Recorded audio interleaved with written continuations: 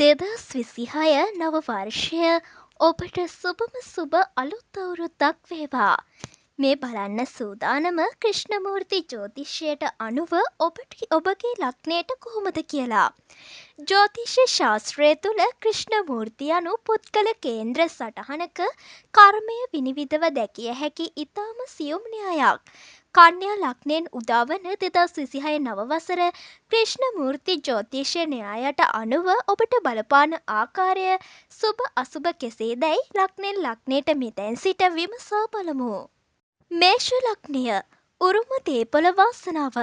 මේෂ ලග්න හිමි ඔබට 2026 වසර මිශ්‍ර ඵල ගෙන දෙන වසරක්. පිනට දහමට හිත වෙනදාට වඩා නැඹුරු වෙනවා.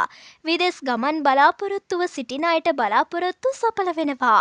උරුම දේපොළ ලැබීම් භාග්‍ය වාසනාව උදා වෙනවා.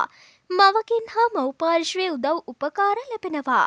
රැකියාවේ පීඩා ඇති වෙනවා. ව්‍යාපාර පාඩු ඇති වෙනවා. වියදම් අධික වෙනවා. කලබල තීන්දුව තීරණ ගැනීමෙන් වළකින්න. සෙනසුරු මහදශා අතුරු දශා ගත කරන අය තරමක් සෞඛ්‍ය ගැටලු ඇතිවීමේ ඉඩකඩ ඇති නිසා සැලකිලිමත් වන්න. එම අය සෙනසුරාදා දින බෝධි පූජා තබන්න.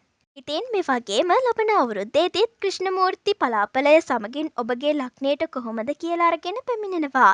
ඒ වගේම තවත් පලාපල ලතසනින්ම නැරඹීමට අපගේ YouTube channel එක subscribe කරලා bell icon එක ක්‍රියාත්මක කරලා තියාගන්න. ඔබට සුබ දවසක්.